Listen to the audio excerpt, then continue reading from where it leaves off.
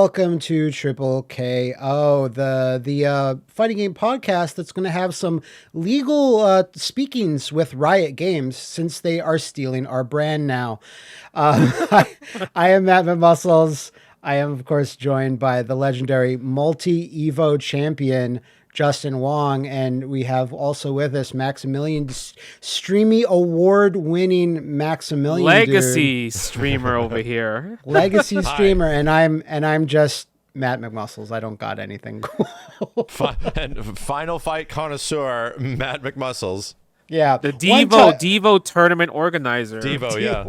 Future. Well, my claim to fame is like one time I went to a Capcom event and I was wearing a Hagar shirt and a Capcom guy said, "Did you make that yourself?"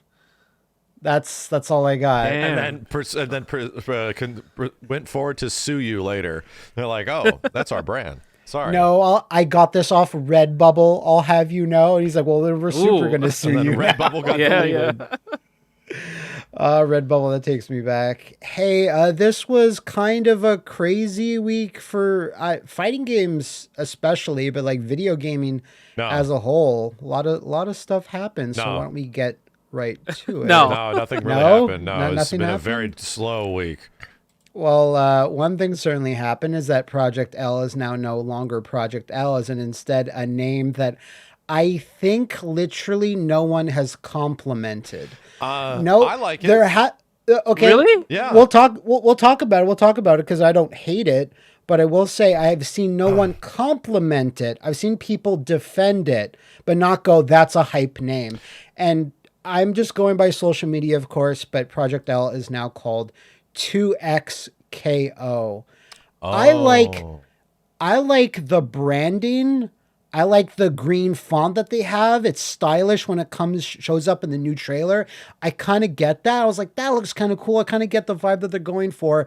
But I really feel this should have just been called League of Legends 2XKO or 2KO, something like that. I just think just calling it this is a little, like, I don't know. When I first looked at it, I thought it said 2,000 hugs and kisses.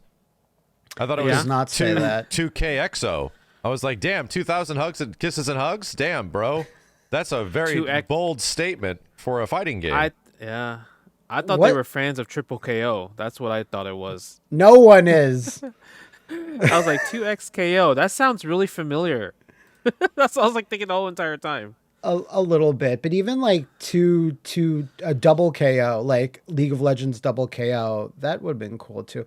What did Alex, voice actor Alex friend, say? Oh God, his reply was really good. He's like, "Oh, I thought it stood for like 2 times cornholes or something."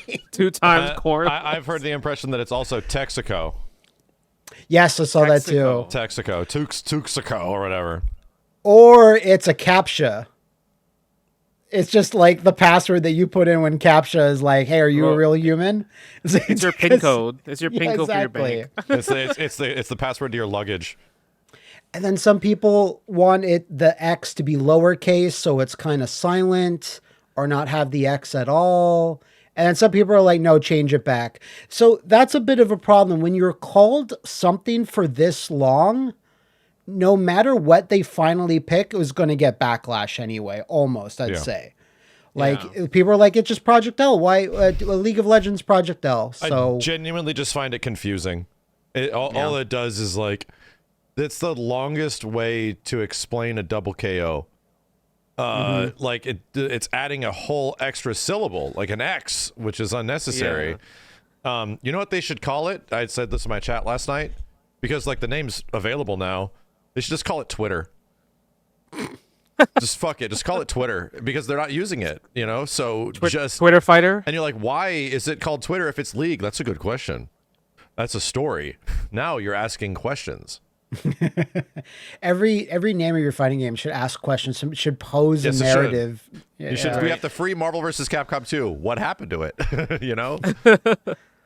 Just, you know, it seems weird to me that you have like one of the most popular games that has been popular for like a decade or more, just not to have that branding. Because there's all these other League of Legends games, like an RPG. There's a action one. There are these little games that they've released over the last like 5 years that are pretty solid, and they're always called like League of Legends A or a League of Legends Tale. Like the branding is there. So for this to be the one game, a fighting game that doesn't have it, seems just like, what are you doing? It almost feels like it's not utilizing inherent marketing like at all. Like it's almost trying to aggressively avoid it in a way where it doesn't want to just be so, hey, we're not just a game that is here because we just have Yasuo and some other crazy bitches, you know? No. This is a legit fighting game. You're gonna 2x KO a motherfucker. And that's what it comes across as, where it's like, oh, no, you should not do that, because most of the people that are playing this don't care about how many KOs you get. They just, they want to mash buttons with their Yasuo main, you know? So to me, it's like there's a big disconnect there. Like it reminds me of Fighting EX Lair not moving around. It's wording a little bit, so it could have been called Flex. Yes. Instead, it's called Fexel.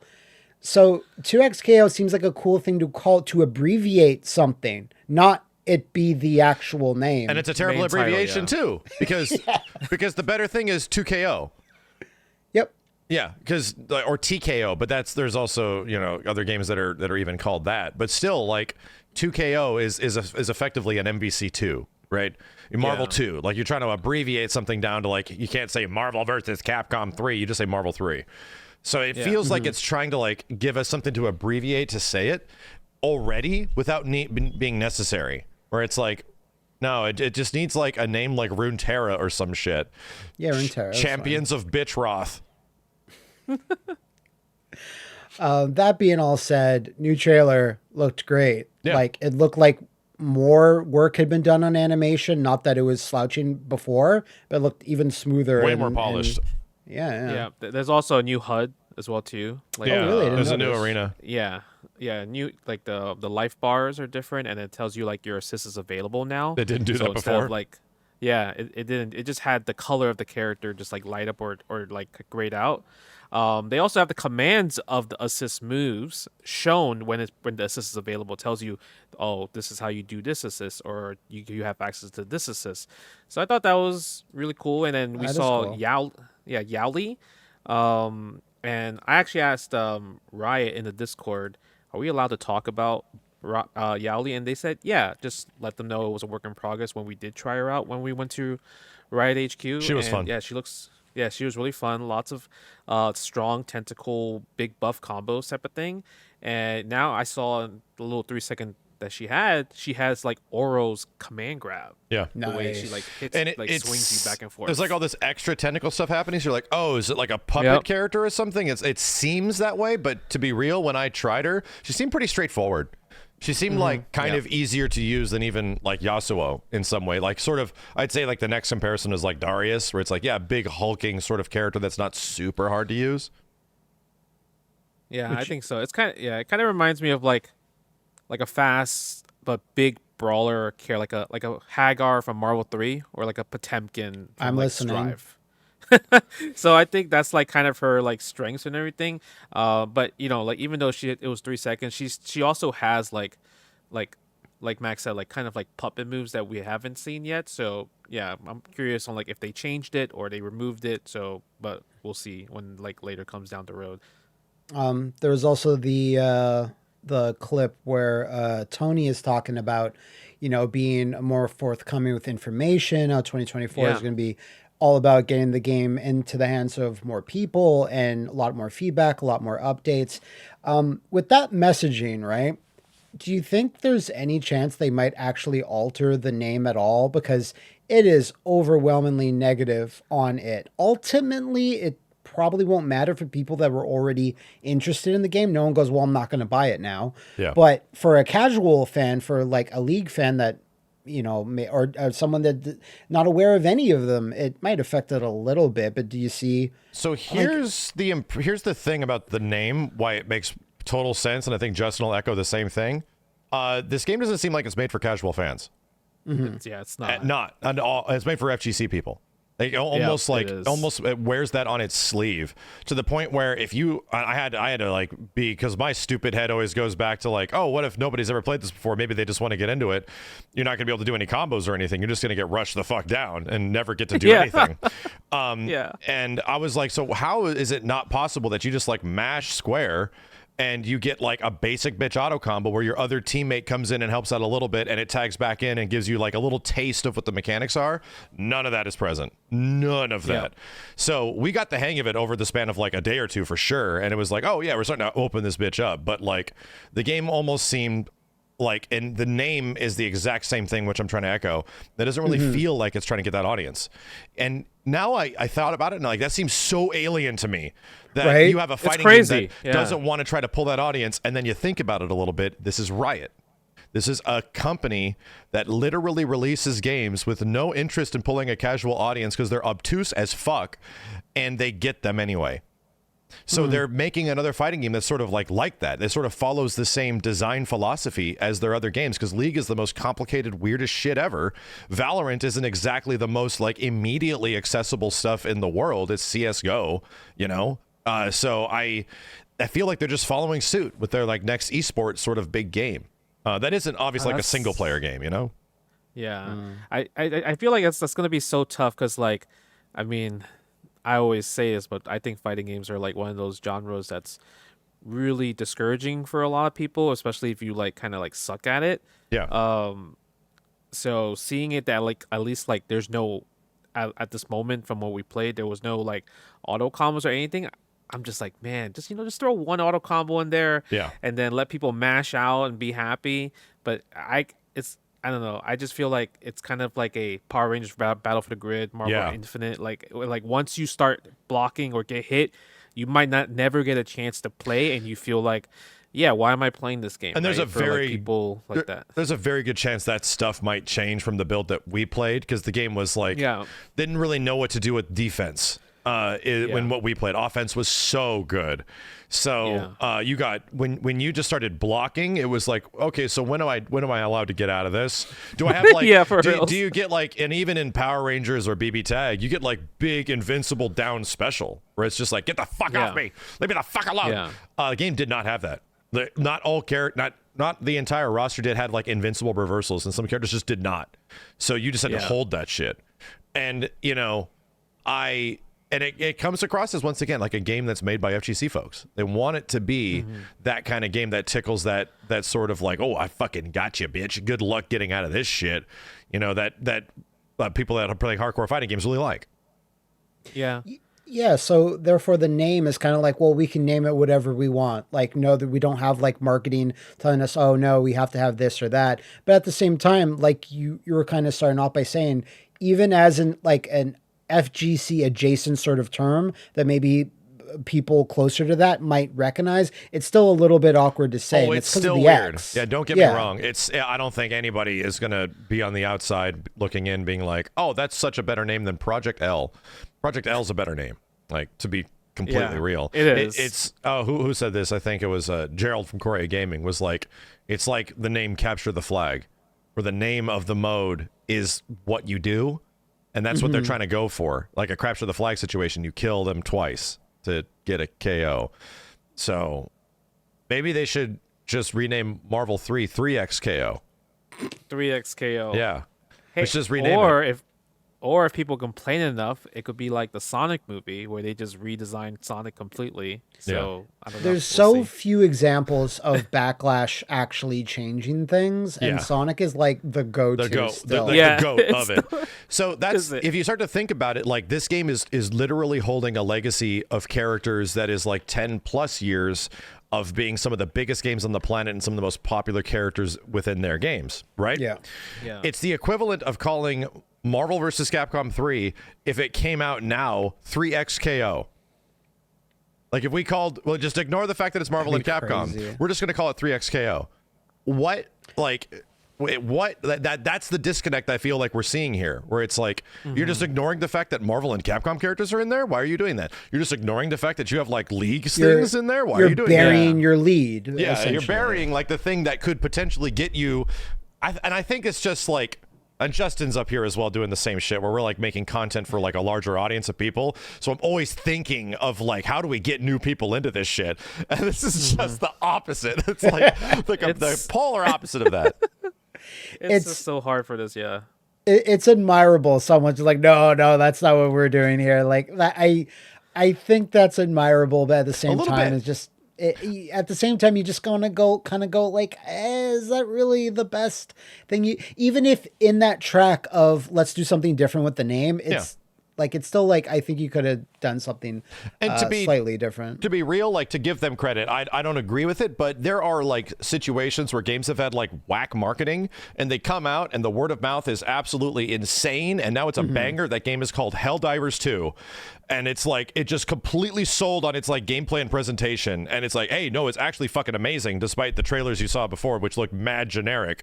It's actually great. So they're kind of hoping for that. Yeah, because I had heard of the name Helldivers once when the first one came out.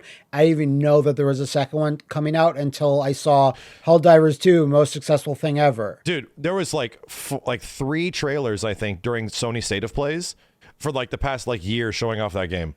I watched those and I don't remember them. Just forgot I don't remember them at all. They just glazed over because they looked like everything else. You just glazed over because they're just like, okay, well, that was kind of generic. All right, see what's next, you know?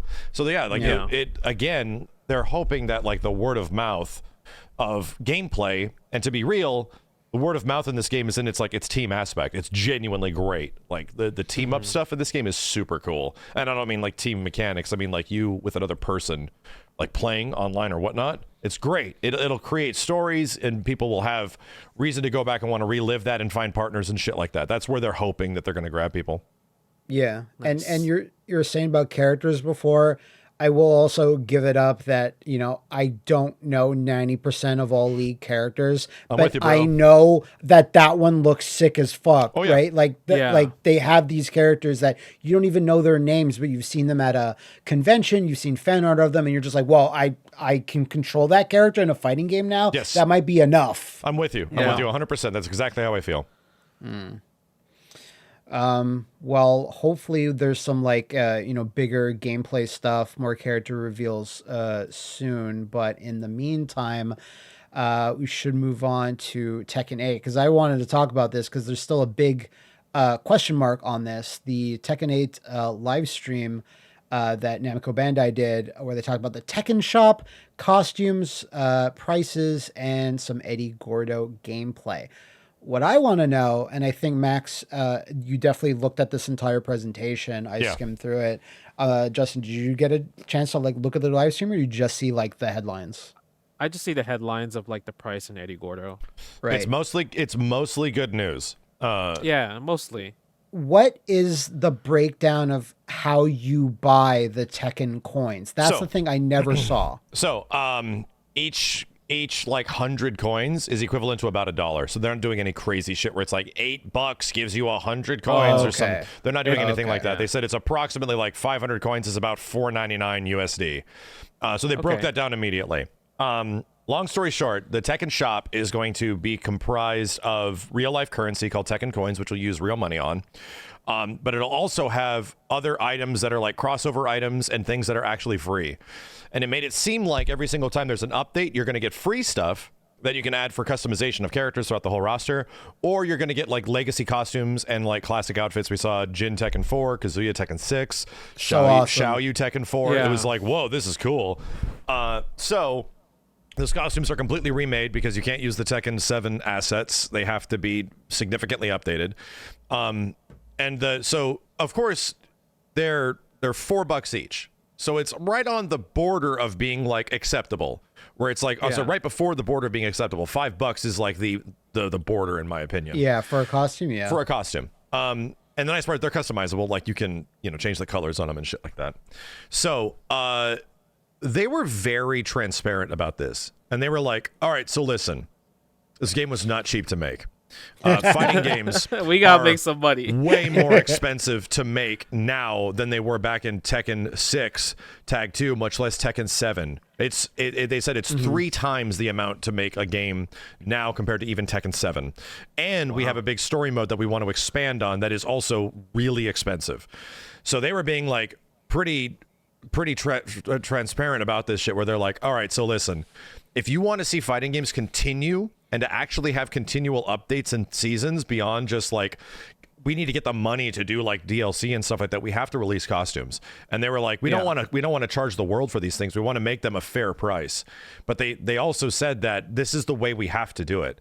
Like, this is it's not the same as like it was before, where we can get approved budgets and stuff. Like, this stuff is so goddamn expensive that we are going to show you how much work we're putting into our characters that you're going to be like paying for as they get added down the line and stuff. And you know, Eddy is completely redone. Like, he has almost no old animations. They redid all of his capo stuff. Which is how you do a DLC character that was previously not a DLC character in the last game. He's completely re-envisioned. It's like, whoa, like stances are different. Things are just, he is like, we've been looking at this same Eddy shit since fucking Tekken 3, man. Him like standing backwards on his hands with his legs split open. Like, just punch me in the dick, please. Like, oh no, we're fixing that. We're actually adding all this new stuff. So that was really cool. It was cool to see Eddy of all characters like moving in a way he never has. So you have to like then that what he's saying is true. Like, the game will sell well. It definitely will. And ultimately, to get future content updates for games, costumes is like how it works. And it isn't just like, oh, we're just going to be using this to make characters and then you buy the characters. They want to make the game even more feature rich. They were asking people, what do you want us to add into the game? Do you want team modes?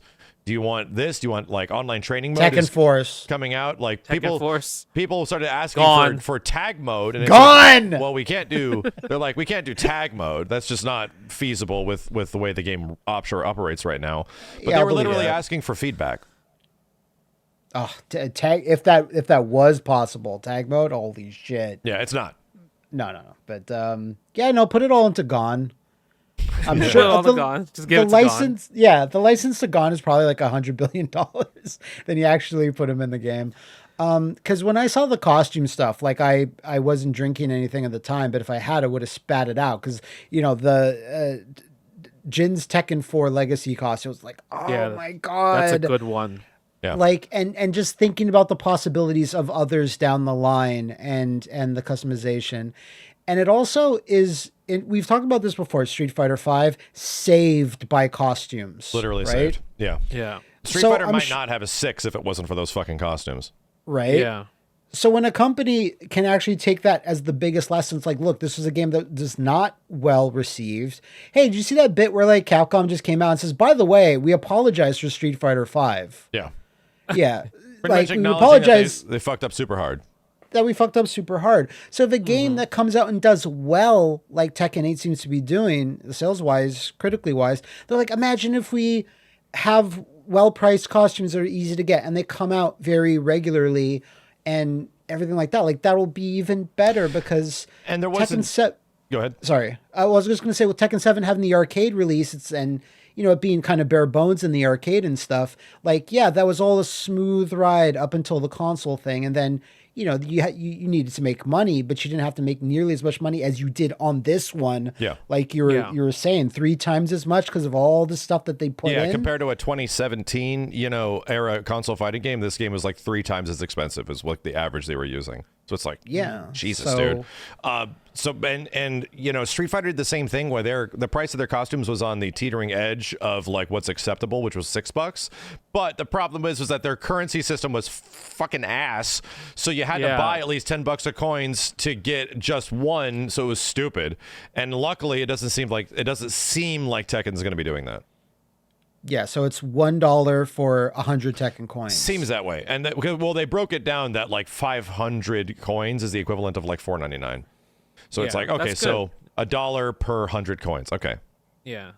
I think if you could purchase like 100 coins for like that's like kind of like $1 100 coins if they want, that's great. Not the Street Fighter 6 route, because that obviously kind of left a sour taste in people's mouths.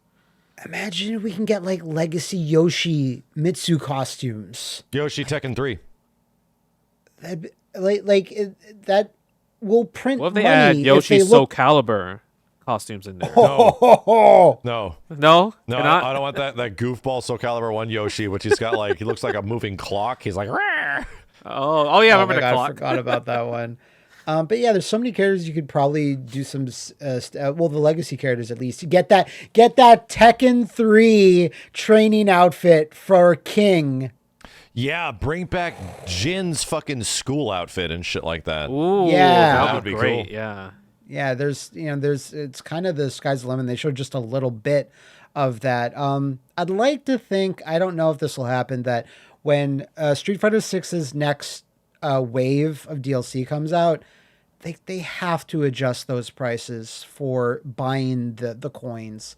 The fact that it's not fixed, but like made more fair, like Adjusted. still is crazy to me. Because that's not a hard fix. That's not like months and months of marketing down the drain. That's just like, let's make this slight adjustment. I bet you we can sell more by doing this slight adjustment. I agree. I don't know. I mean, they're still pushing avatars, you know? They're pushing them less, are they not? I feel like I haven't seen any Avatar bullshit in a while. It's a lot of like avatar collabs that you could get for free, and then some of them are priced. But I think they're more pushing for like their fighting pass. They push that a lot. Yeah, the monthly fighting passes of Avatar bullshit. Yeah.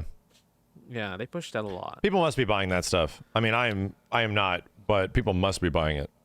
Yeah. I bought Michelangelo. Did you? I didn't end up buying any Ninja Turtle stuff. I was like sort of into it in the first couple months, I and then I was like, They haven't picked the magic collab that would make me do that yet. You know, it has to be like the most specific to me, like Gurren Lagann collab. That anime is not even that relevant anymore. I feel like it's a possibility if it's like Japan Street Fighter. Like they do a lot of random collabs, even certainly with, do. like, random stores like Family Mart or something like that, or like Spy X Family just recently. So yeah, it seems like they're always down to do some random collabs in Asia. Yeah, no, for sure. But just put Final Fight Revenge as the retro arcade game, then I'll get your fighting pass. Sir. That will then be I'll get your fighting pass. That will be very interesting. They haven't done a 3D. That would be. They haven't done a 3D one yet, right? Capcom? Exactly. Well, dude, let's be real. Capcom hasn't ported any of their 3D fighting games ever. But it would be like a Yakuza thing, how you can get these incredible ports of old Sega games that have never been ported. Sure. Capcom were to do that with their 3D ones, whatever ones that don't have any licensing bullshit attached to them, like that's like a big deal. If I didn't have Street Fighter 6, I would get Street Fighter 6 for like Plasma Sword or Project Justice. Yeah.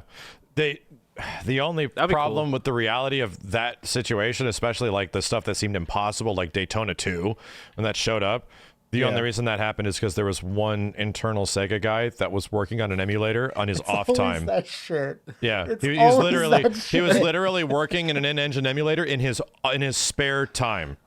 So they got Fighting Vipers 2 and they got like Daytona, and they're like, "Oh, can we put this in the game?" He's like, "Sure." Yeah.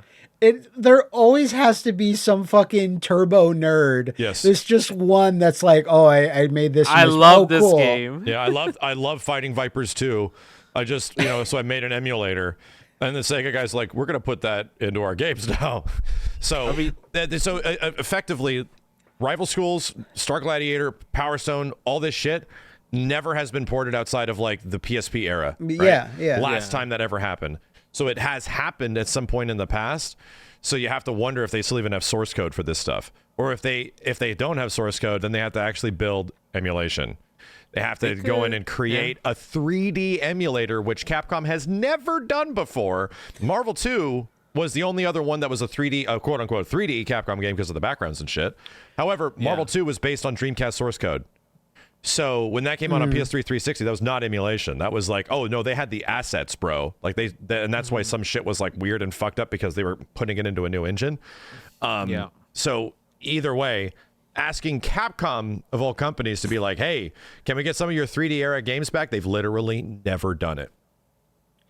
But it's like, I'll take it in any form at this point. If it's in Street Fighter 6, I'll get the Battle Pass.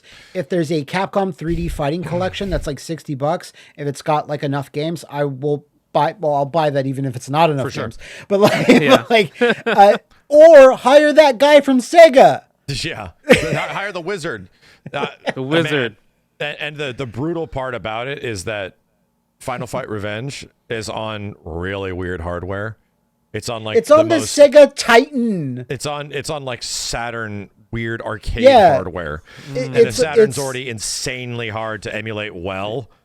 Yeah. So It is on the same hardware that like fucking Astra Superstars runs on, like, It's or a Die Hard Arcade. It runs on what Yes. Die Hard Arcade runs on. it's a buffed out Sega Saturn is what it is. Yeah, it's not even that buffed out either. So Like, and then but that has happened before. I mean, Sega did it, man. They re-released ports of those games in Japan in Sega ages. Like we got Die Hard Arcade HD type shit back on the PS2.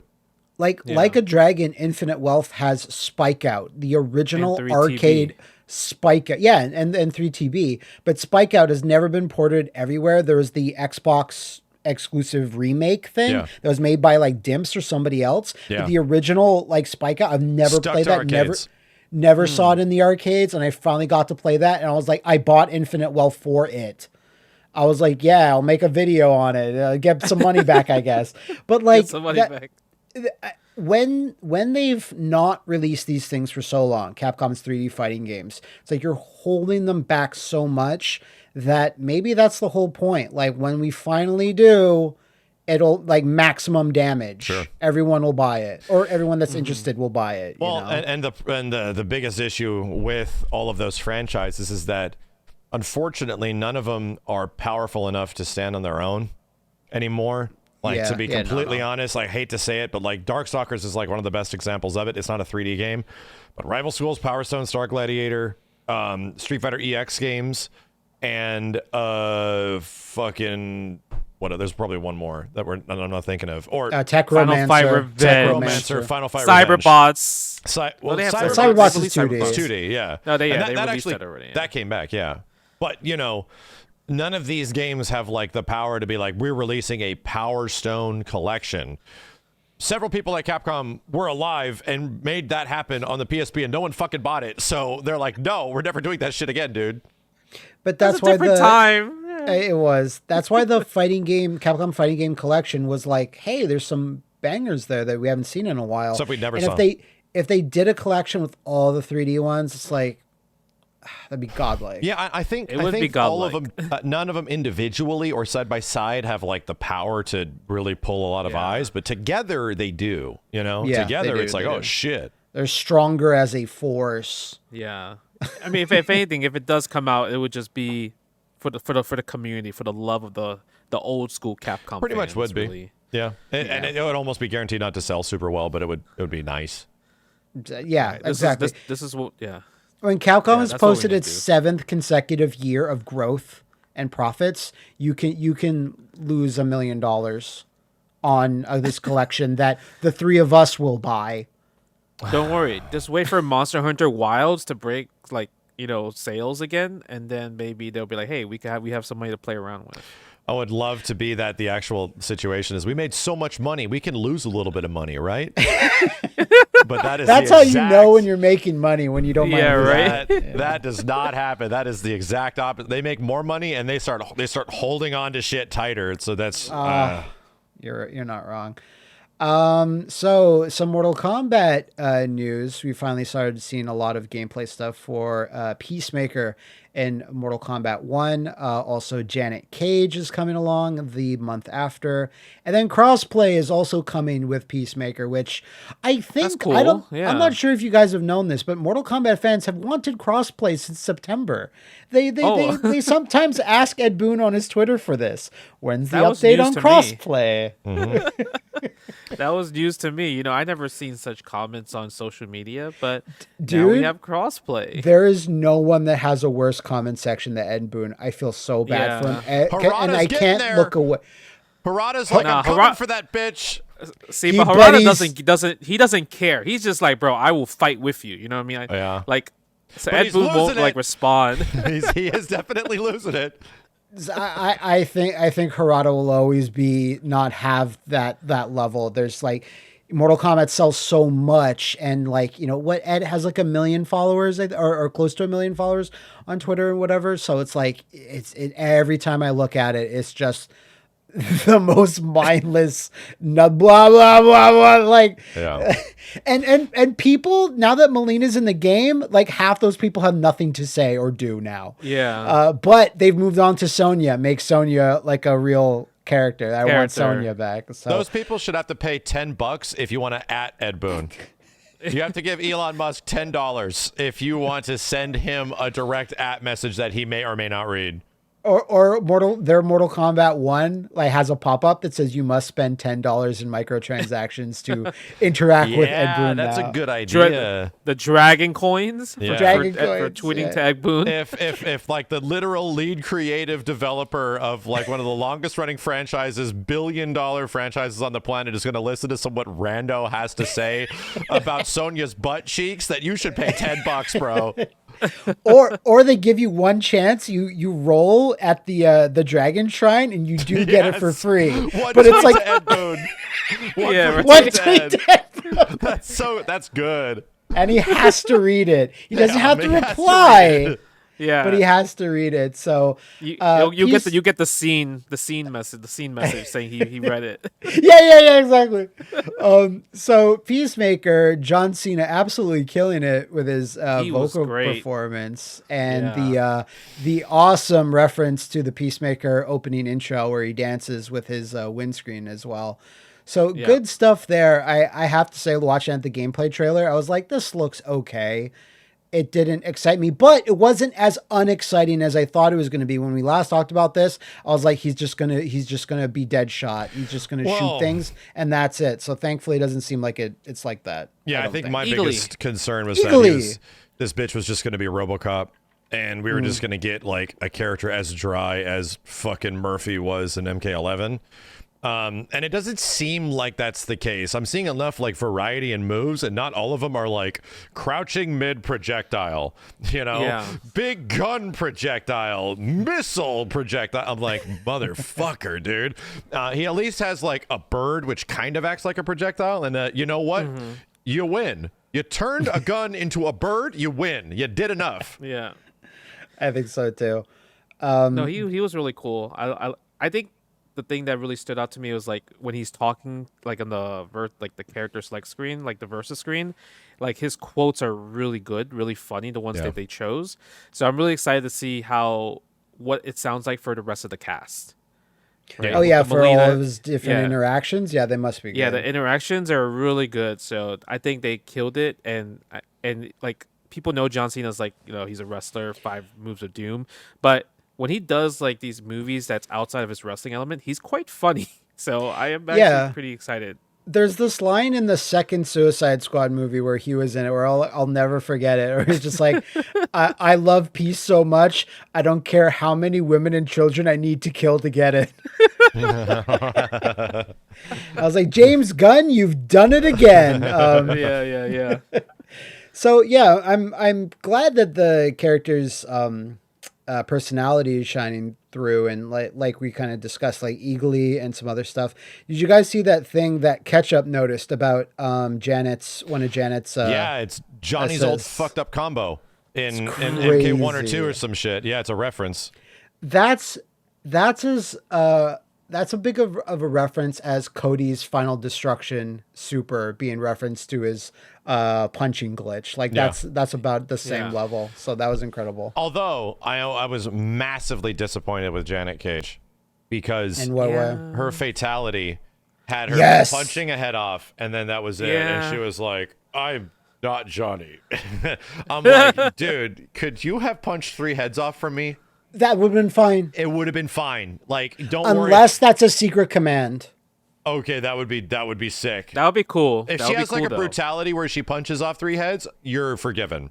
But the fact that her cameo fatality is as dry as it is like, man, how does she not punching 3 heads off? You had such an easy window to allow that to happen with your old goofy, not old guest character, Yeah, because the other cameo fatalities are all pretty dry. Like Kano's heart rip is just his heart rip. He doesn't do anything additional. But Yeah. if you're gonna have this crazy amalgam character from another dimension, and they're based on Johnny Cage, like they can do something a little bit extra. Like I would have been happy with like the torso rip from like MK2 or something that Johnny had for that and just tosses it down. Yeah. But still look cool. It's still weird. Remember how the cameo was listed as Johnny Cage originally, and they changed it to Janet?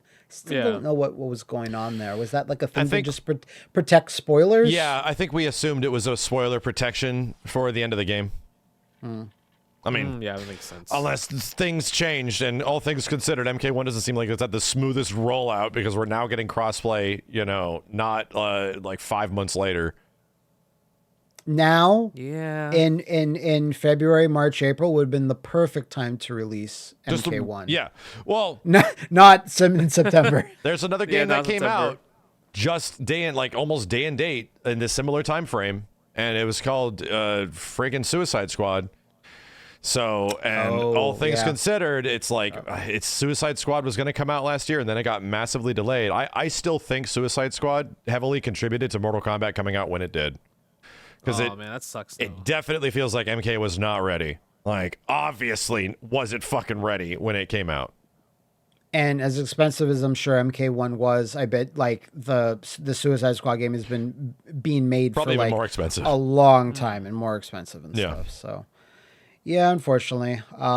Hey, I reinstalled Grand Blue Fantasy Rising because I had uninstalled it because I just needed space, and I was like, I'll reinstall this when 2B comes out. So 2B has come out. I reinstalled, but I haven't yet played with her. So I believe at least Max, I think both of you played with her.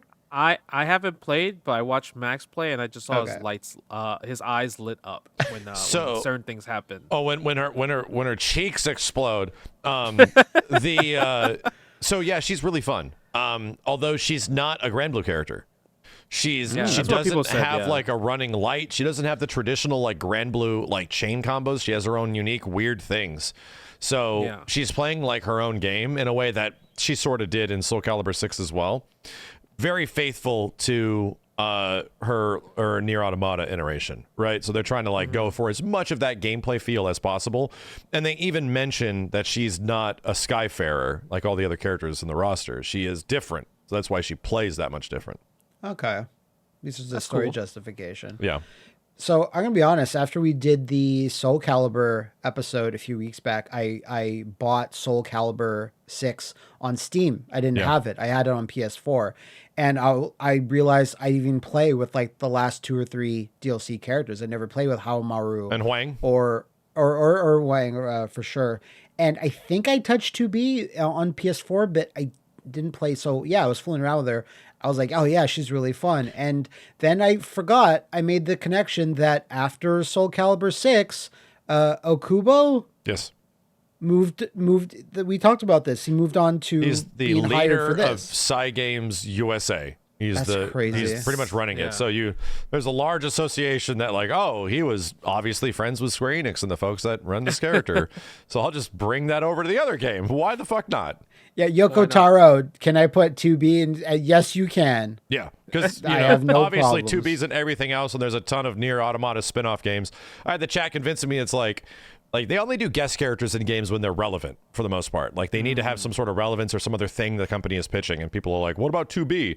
Their game is like 7 years old. I'm like, motherfucker, you realize how many Nier Automata spin-off mobile games and shit they have made, and they're still doing it. Like, and she's like in 25 different games still. So I mean, yeah, no, she's relevant. She certainly is. This is like a successful version of Ingrid. Yes. Where we let's start inserting this character everything, but like everyone loves her this time and not being kind of divisive. Sorry, Ingrid stands don't come for me. Yeah. Check. So yeah, no, I think this week I'm gonna try to boot that up and play around with her because I was like this character model also looks fantastic.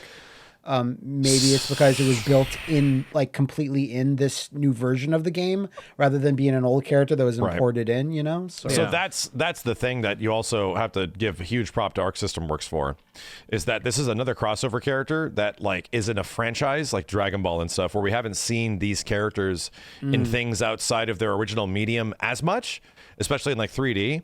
So, you know, obviously she looked the best in Nier Automata. Obviously Dragon Ball characters look the best in the shows and the movies. And then Arc System Works shows up and they're like, okay, so we're going to make these characters look better than they ever have been in anything. And it's like, what the fuck? And 2B's the same way. Like, literally, the realization of her is so much even better than her original source material. And that's just what Arc System Works is gods at. Like, we're going to take your character, your existing franchise, and make them look better than they ever have. It's like, Jesus Christ, dude. These guys are absolute boon to humanity. It's insane. It reminds me a little bit how good the Virtua Fighter characters looked like in Dead or Alive. Yeah. Dead or 5. Yeah. Mine, not so much, because that's a huge jump in art style. From, Sure. like, She just looked like a DOA chick. She just looked like a DOA chick. But, like, everyone else looked amazing in that. So, yeah, it just gives me sort of that And that's vibe. because, like, well, the only time we ever saw those characters rendered in that way was Virtua Fighter 5 models and Final Showdown, and that was, like, at that point, like 7 years, 6, 8, maybe 8 years old by the time they showed up in DOA 5. Doesn't hey. 2B? Yeah, doesn't 2B have a self-destruction move in that game? Like, Yes. Where so if it doesn't hit, Yes. she just loses the round. Pretty much. So her self-destruct, like, kills her. But if it hits the opponent and kills them, you get the game. That's sick. And it's and she is invincible while she's doing it, so you have to avoid it. The bomb radius is really shallow, so you have to, like, set it up with another move that's like an orb, like a gravity orb that sucks them in. Gravity. That's what I saw. Yeah. Yeah. So yeah, but here's the thing: even if you do the gravity orb, guess what you can do? It's Grand Blue. You have like a billion defensive options. You can bravery roll, counter. You could bravery counter. You could fucking spot dodge. Like, there's a billion fucking things you can do. But, you know, it's there. It's there because it's there. You mentioned Virtua, Fighting Vipers 2 earlier, and I was playing Fighting Vipers 2 not too long ago, and I was looking up the things to do a Super KO. It's like, get rid of all your armor, so you now take 2 times the amount of damage. Yep. Your move, your kill move sucks. Yes. It's slow. Yes. It doesn't do a lot of damage. Yes. But if you hit it in the first round, you win the entire match. Yes. And I was like, yo, this is, every fighting game needs this. And for some reason, it summons nuclear Armageddon. Yeah, or a dinosaur eats you or something. Like, the background just starts exploding, meteors coming out of the sky. I'm like, what the fuck is happening, dude? You win. I'm like, I guess so. There's like a tornado that tears through, and like the one of the trucks from 18-wheeler American Pro Trucker drives through. It's just BD Joe just in the air in his taxi. I'm guessing this is okay. Please play Fighting Vipers 2, everyone watching at home. I think it's in one of the Yakuza games. So, hey, Max, did you know that KI is back on the Nintendo Super Nintendo system? I've never heard of it. Never heard of it. Yeah. I think the second note of the trailer, you were like, it's KI. As soon as it went into, as soon as it did that, I'm like, it's KI, dude. The sound effect. 100%. You got me on the first fucking note of the SNES version of KI. So I want to say I was surprised at this, but then I was like, wait, no, like a few weeks or even months ago, like they added Jet Force Gemini to the Nintendo Switch thing. A rare game was added. And I forgot about that. And then I was like, oh, wait, no. So then this could have always been on the table since then. So at first I was really surprised. I was like, oh, shit, that's awesome. And I was like, wait, no, hold on. So there's a really cool aspect of SNES KI because every other version of classic Killer Instinct back on the Xbox One and the, Series S and X and shit came out. We got OG KI1 Arcade, and it's 2 versions. Cool. Yeah. It was done by Code Mystics. Season 2, we got KI2. Cool. So we got KI Arcade, KI2 Arcade. Rare Replay Collection had KI Gold, N64 KI2. So that's a very different game, and it looks way worse. But they're like, hey, here you go. Here it is. Here's all those extra modes and shit. It's like, oh, that's neat. Here's the tutorials. Every version of KI at that point had been ported. except the Super Nintendo version and the Game Boy version. Game Boy version, I was going to say, So which now is still an incredible version. Which is a really good version. Now we're one step closer to having the true finality of the Killer Instinct porting experience. We got SNES KI, and the final nail in the, like, not nail in the coffin, I guess, the final drop in the well, the final piece would be to bribe the Stamper Brothers for whatever build they have of KI2 SNES. And that we're getting there, man. The reality is upon us. If it happened to Star Fox 2, it can happen to KI 2. They finished Star Fox 2, dude. They finished it. They did finish it. That's true. I know. Yeah. I mean, I don't even know if that's even possible to like edit like an old ROM. Like it has to be given enough time and some of the expertise. But just to be like, like what's not finished here. Maybe you don't even have to finish it, but just lock the game so it doesn't crash or whatever it is. Just as an experiment, like they've been releasing those really amazing like it was for Karateka. Yeah. Or that it's a compendium DVD like sort of experience where you can play through old things, see concept art. It's like a game that you can play, but it's also like a whole like experience, like a Criterion. Yeah, it's a whole you could do something like that where it's, well, honestly, if this wasn't going to be added to the Rare Replay collection, that's where it would go. Yeah. Like in the bonus section. And that was at least a movie. That was also interesting that like, they gave us KI Gold, N64 in the Rare Replay collection, but they didn't do Game Boy KI or SNES KI. But for some reason, they're like, here's KI Gold. It's like, and I think the only reason behind that is KI Gold had a lot of extra modes and that were not present in KI2 Arcade. But even KI SNES has like the training mode and stuff like that. It was one of the first fighting games to ever have training mode that we've discussed many times. So that's cool, right? It's cool that is now available because, to be realistic, there's like half the frames of animation throughout that whole game than the arcade version. But it plays really faithful to the arcade version. Like SNES KI is kind of a miracle of a game that it plays as well as it does to what the arcade port is. You can just use all that muscle memory and play the arcade version. And that's why I have online as well too, right? It does. Yeah, I've only played 1 or 2 games on the Switch, like Super Nintendo Online thing. They worked with the person that I played them with, but then again, if you're playing Super Nintendo KI, I don't think it needs to be extremely competitive. There's not a whole lot on the line. Yeah, I wonder what backend they're using for that. I wonder if it actually is rollback or if it is server based or peer to peer. But I did see, obviously, Ketchup and Mustard were playing it, and, they're big OGKI heads, and they were having a great time. It was like, this game plays pretty great still. There you go. There is the new competitive, in quotation marks, Avatar fighting game. No, Max, not the blue people that you like. Fuck. The real Avatar the Last Airbender. That's all we have, actually. And there hasn't been usually Avatar gets, adventure games, or their characters are added into something else. So that's all they're saying. Competitive is a weird thing that people had a sticking point on. Is like, that can't mean arena fighter. It could. I mean, it certainly could. Because I guess it depends on what their definition is. Because like those guys. When you go ahead, Justin. No, I was like, when you look at like the Avatar characters that came out, they came in Nickelodeon All-Star Brawl 1 and 2. Yeah. Right. So it could be that kind of competitive, like a Smash Bros. But with all their characters. So it could be. I don't think it's going to be an arena game, because if it was, it would be like, ugh. Arena games aren't doing specifically great nowadays based on big IP. These guys made the same game as that like multiplayer 2-player versus 2-player co-op steampunk-ish game that came out not that long ago. Diesel Legacy. Yeah. Diesel Legacy. I think it's those devs, right? It's the same company. Right. It's the same publisher. I don't think it actually stated who's making it, but it's Maximum. Okay. It's Maximum Games that used to be Modus Games. They changed the name to Maximum. That's what I was like hearing was the Modus potential like publisher or something like that. And I'm like, so they made that Diesel game that was obviously 2D, So hopefully the same sort of effort and work that put into that and expertise would be applied to an Avatar game, and if so, that would be great. Well, the next story is that Maximum Games released the new Them's Fighting Herds characters that have broken the game. And since they fired Main 6, the developers, there's no one to Q&A it.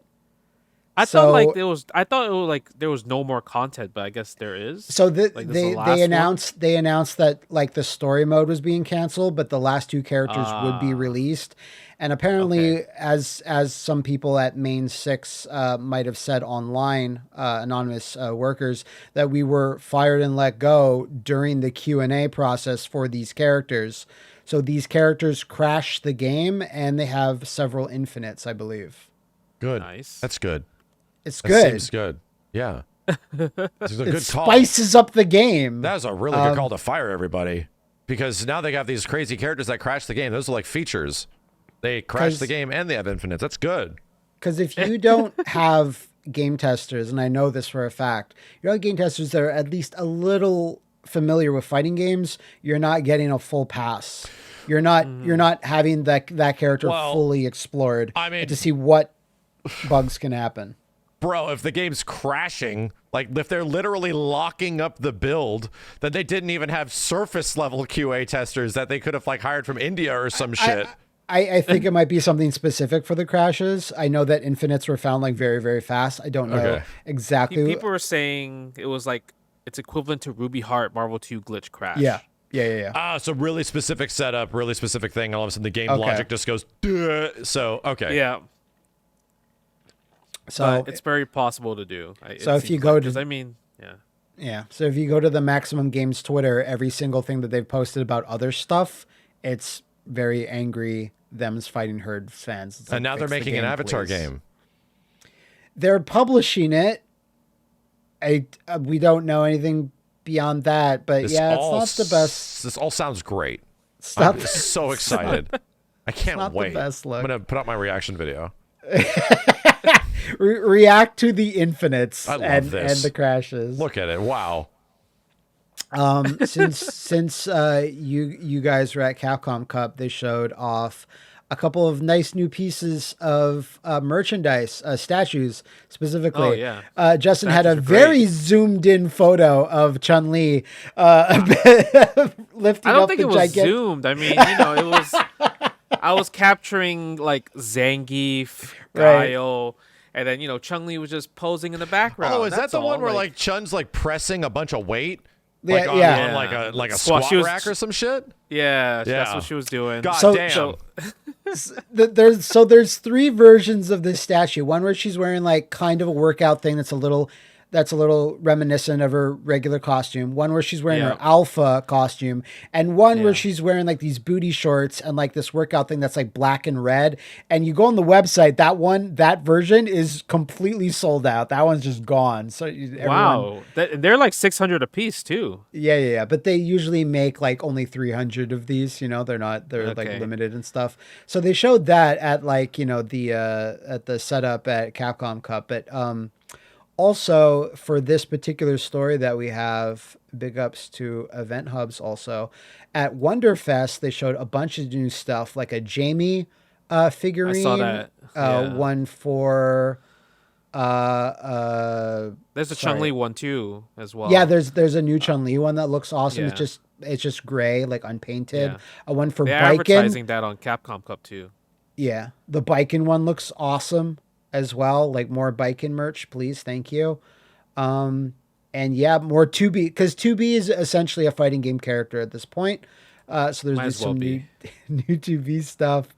And there is, I just thought, the pop-up parade Street Fighter 6 figures, people are kind of like, this seems like a weird loadout, like wave of them. It was the ones that were included in the special edition of Street Fighter 6, the Kimberly and Jamie ones. Right. And then after that, I think it was Jury, and now we're like at Jamie. And it's just like, okay, that's kind of a weird lineup to go with, but sure. And then there's the ones that Justin saw that PCS is putting out, like the Zangief one, which is really nice. That one's Like, good. Yeah. Yeah. They're super huge too, but it's just like if you're like a casual collector, you might probably buy the smaller ones, but if you're like a big collector, then you probably maybe get the big ones, but the big ones are just huge.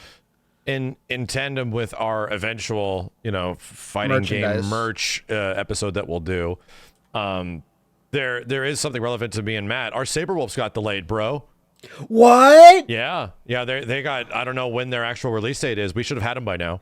And I checked my emails, and yeah, they've been delayed. They'll come back and let us know when they're going to be coming out. I am being 100% serious. A few days ago, I had a dream about that Sabertooth. Which one did you order? Sabertooth. Which color did you order?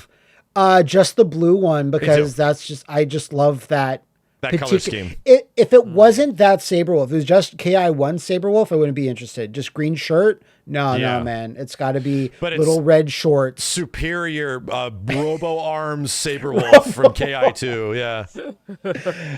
And even if it was KI like 2013 Saberwolf, I'm like, no, I like the really fuzzy, like 90s rendered fur Saberwolf. That's the one I like. So yeah, that sucks. It's delayed. Who do they do next? Orchid. You have to do Orchid. It has to be Orchid, right? It has to be Orchid in her like hot, like pose, hot on the side of her body. And she has to be doing the flick flack. No, definitely can't do that. Definitely no. That is not a good idea. They have the Elena version of that one. Phil Spencer's like, yes. You just do her winning pose where she's like, yeah. Like that's fine, All right. Don't do her fatality though. Don't do her. No. Yes, that one? I have one that is the fatality. Don't do that one. You should probably buy that in Japan.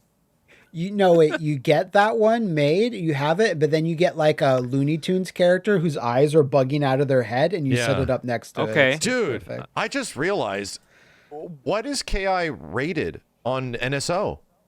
Because that fatality is still in it. Huh? That's that fatality is in the SNES version. But the SNES version is teen. Yeah, that's what I'm saying. That fatality is like the reason KI got rated M for the definitive. No, I thought that was because the arcade version, because it has more blood and it looks better. Well, it wasn't just the blood; it was the adult themes. Yeah, no, for sure that as well. But I think it's because maybe it's so pixelated it looks like it's censored.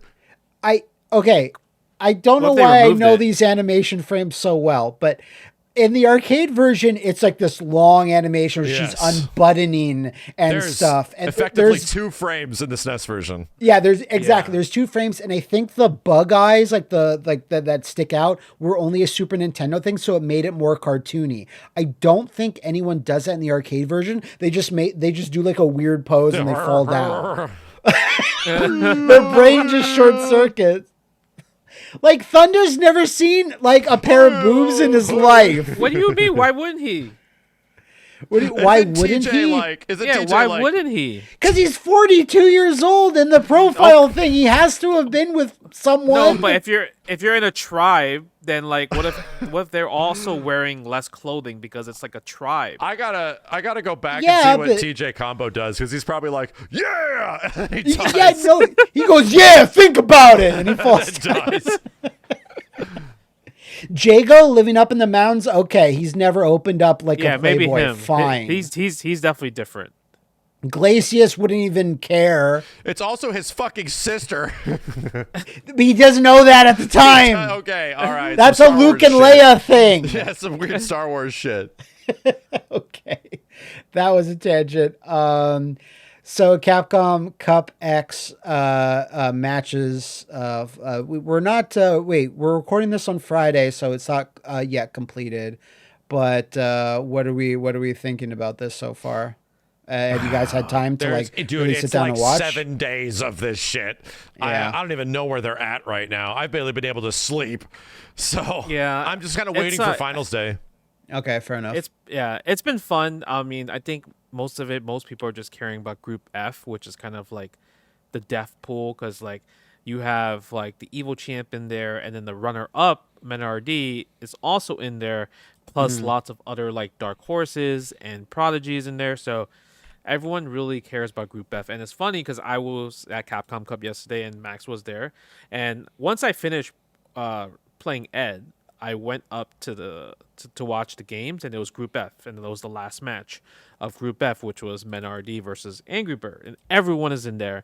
Literally, once Group F was finished, everyone dispersed. Everyone just left their seats and just like, well, all right, I'll see you guys later, because that's what everyone kind of really cares about, due to this format, which is very different from old Capcom Cup. So, yeah, I think that's just kind of the interesting part about this year. Is like half the time it's hype, half the time it's not, because a lot of times people don't recognize specific names. So, Right. yeah. And you said it was kind of like not dead, but there was like not that many people there when you went, right?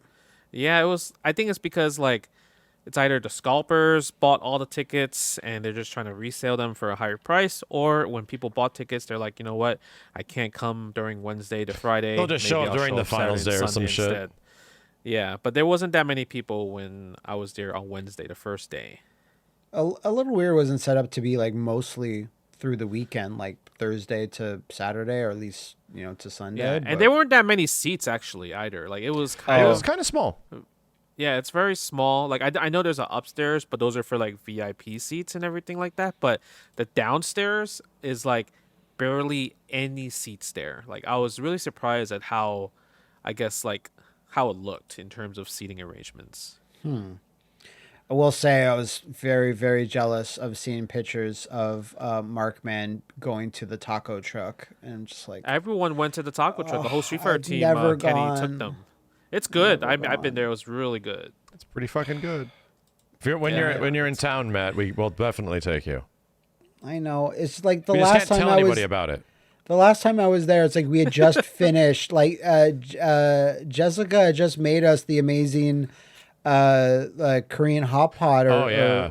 And then that we're stuffed, and Kenny comes in with tacos. I'm like, fuck you, man. Like the one time I'm ready, I'm here, and it's like I can't eat anymore anyway. So yeah, I'm a fat guy. Anyway, Street Fighter 6, you guys both got to play Ed, and you both seem to like him. I purposely did not watch any things you guys have put out so far of this, so we can talk about it here. But how are we feeling so far? I'll let you go first, Justin. What did you feel? I like him a lot. It takes a bit to get used to, and it's also a build where it's like kind of like the usual Capcom build. You play 3 matches, game over, and Yeah. you do it again. So my whole thing is I can't wait for training mode. That's how much I really am interested in playing Ed, because he doesn't have kicks. He has flickers. It's kind of like his kicks are replaced with like these flicker moves with like long distance moves that goes like low, mid, or high. And he's definitely 100% completely different from his Street Fighter V version. So it's quite interesting. Obviously, he has similar moves from Street Fighter V, but the way your game plan is, it's really, really, really different. I'll pitch you kind of like my impression of like what he's good at. This guy's a long range boxer. Yeah. Like he's not really good up close. Like he doesn't really have that many great buttons up close, to be real. And his jabs are mad stubby. It's like, whoa, like worse than Shoto's. I was like, this is weird. However, from like mid to long, he's pretty fucking good. Like he kind of really is sort of pestery from like a mid distance, and might not be bad from long distance because his fireball game is like not bad. And he has this like crazy ass move where he just flies forward the whole screen without using without using green stuff, and it's like, whoa. That move is what made me in the trailer made me go, I want to play it. That move looks so fucking sick. It is interesting. And he's the big dash through thing as well. That's like mad good. And I that's think it's what also I meant, yeah. safe on block. He has like a ducking Dudley sort of like Vanessa move that launches his ass like really far. Either way, like they gave him the ability to cancel in and out of like everything. So he doesn't have to like commit to stuff. He can tease the big charge up thing and then cancel out of it and backdash. Or like, do a bunch of other shit. So it's like, wow, he's very capable. But weirdly enough, it just didn't feel like he was that good up close. Like his walk speed wasn't specifically amazing either, or his dash. It's like, I don't know if you got this impression, Justin. He felt really heavy. To me, he reminded me of like Manat from 5, like his playstyle where you just stay out of that close range and don't get close. Yeah. Because like you said, once you're close, it's kind of like he doesn't really win that war. Even his wake ups, like you can kind of like press a button and block in time before his wake up hits you.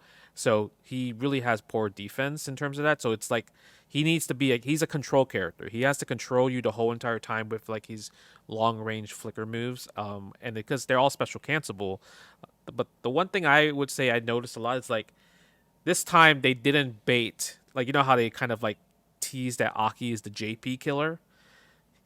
He actually might be the JP killer because the quarter circle forward flicker move, like the one where he grabs you and pulls you in, that counts as a projectile. So you can use that against his amnesia and you'll win. Oh. Yeah, and then it'll grab him and everything. So it's really hard for him to kind of escape it because everyone complains about how amnesia is so broken. So it's kind of like this is a guarantee move that you can use against amnesia. Yeah. And even if you perfect parry it, it counts as a perfect parry projectile state, not a physical perfect parry hit. So that's a pretty huge win. But like, it's gonna be hard to whiff punish this character too because you can't really whiff punish that move. It's like he doesn't have a hurt box on it. Again, like most of the stuff that he's doing is from like far away. So he's not committing to like big shit up close. No, he's like doing low commitment stuff from like mid range and essentially baiting the jump. Like that's his real big part of his game plan is like, oh, you're gonna have to deal with all of this trash that I'm throwing at you on the ground and you can't do anything about it really. So now you're eventually gonna need to jump. Mid-screen Dalsum. Yeah, kind of like mid-screen Dalsum, like Chun in some way, where it's just like, fuck, I want to get in. I should fucking buttons, so you start jumping, you know? My go-to example is Rick Stroud from Real Bout, who they essentially took and made into Vanessa later on. Yeah. Like, he has almost the exact same moveset as Vanessa did when she first started coming around. But, like, mid-long-range boxer, when you say that, I'm like, that sounds awesome. Yeah, it's weird. Weird, but awesome. And I thought I was like, maybe I'm just using the character wrong. And then I saw the character select screen, like, what play style does he have? He said, it says long range. I'm like, oh, okay, it's not just me, dude. I'm like, am I drunk here? Like, I'm doing something wrong. Like, what is going on? Speaking of amnesia being a problem, maybe not for much longer because balance changes. How weird is this? No announcement. No, hey, look, there's just balance changes in this version. Very arcade-like. It is, isn't it? Very arcade-like. And to be real, when there was actually like footage hands-on, like I streamed it, they told us specifically you can't use the other characters. 100% they said the same thing. They're just like, just mess with that. I'm like, okay, no problem. I understand. So they're like in a very controlled arcade setting, kind of like location testing some stuff just to see how people like react without, because they don't, all that stuff's probably pending to change. That is probably gauging some of like the really hardcore reactions on like Ryu getting mad buffs on a ton of shit, Ken losing throw loops for the most part, and you know, amnesia scaling damage mad hard, like stuff like that. I thought that was really cool. And I think the some of the cool buffs that we're gonna see, I hope we get to see it on Sunday, even though they're saying there's no announcement or anything. That's kind of weird because they said there's no gameplay reveals or anything like that. But what is this? Well, like, clearly you're releasing Ed next week, so these patches have to come in with Ed, right? No, I don't think so. That would suck. I do not think there will be balance changes with Ed. Really? I don't you think don't think it's gonna come this Tuesday with everyone else? I think it might not come till after Akuma. So that's what I was gonna. That's what I was gonna say, isn't it? Why balance change now when you have like a major character that's still like at least 2 months away? But I'm not sure if you guys saw it today, Friday. IGN is hosting some sort of Street Fighter 6 thing where they say like new gameplay footage and exciting new announcements. So I saw that this morning and it was literally nothing. It was literally nothing. Yeah, never mind. They showed the Ed gameplay, which is not really exclusive because me, Max, and a bunch of other people played like for hours. We did it. We literally have like hours of footage. Yeah. So the only thing that they did say that was kind of like interesting. They asked about Akuma, and that was it. I read that thing. And Capcom said, we're very careful about how Akuma's going to turn out. End of conversation. So there was nothing about the new balance or anything. Like that. It was something like we're going to be very careful about how we reveal Akuma because I think a little bit of the weirdness is like, why was Ed shown off in a trailer like a week before Capcom Cup and not at Capcom it's Cup. very weird. That have been a better reveal. More people would have tuned in, but I don't understand it. All I'm thinking of is like the future, because we're gonna get Akuma a month to 2 months later. He's spring, so that's like March, right? March, April. I think that April. I think that's why they released Ed, because they're like, man, March is around the corner. We gotta stay on that winter date. And I think somewhere close to the Akuma release might actually be the balance update, either with it or around it. I would be very surprised, and I hope I'm wrong, just to give like more of a reason to check out and jump in 5 and just try shit out again, that the balance update happens. But to be honest, they said like a year. They said before, time frame wise, how long are you gonna let this balance patch rock? They said about a year. So that makes sense to me. Let Akuma breathe for like another month or two after he's released, then balance change to get prepared for the next season of characters. Yes, and I think we're going to get, Evo or something potentially like the Sony show, which might be in May, like not E3, you know? I think that's going to be the next time we actually get a big taste of where 6 is actually going. Like where the season 2, much less Summer Games Fest, maybe. Big changes, overall changes, mechanical changes. They're adding like, a fucking air dash. I don't know. Like they're just where the game is actually being updated to. Probably is going to be somewhere around Evo. It's just tough because when you think about it, like you have Capcom Cup, your $2 million tournament.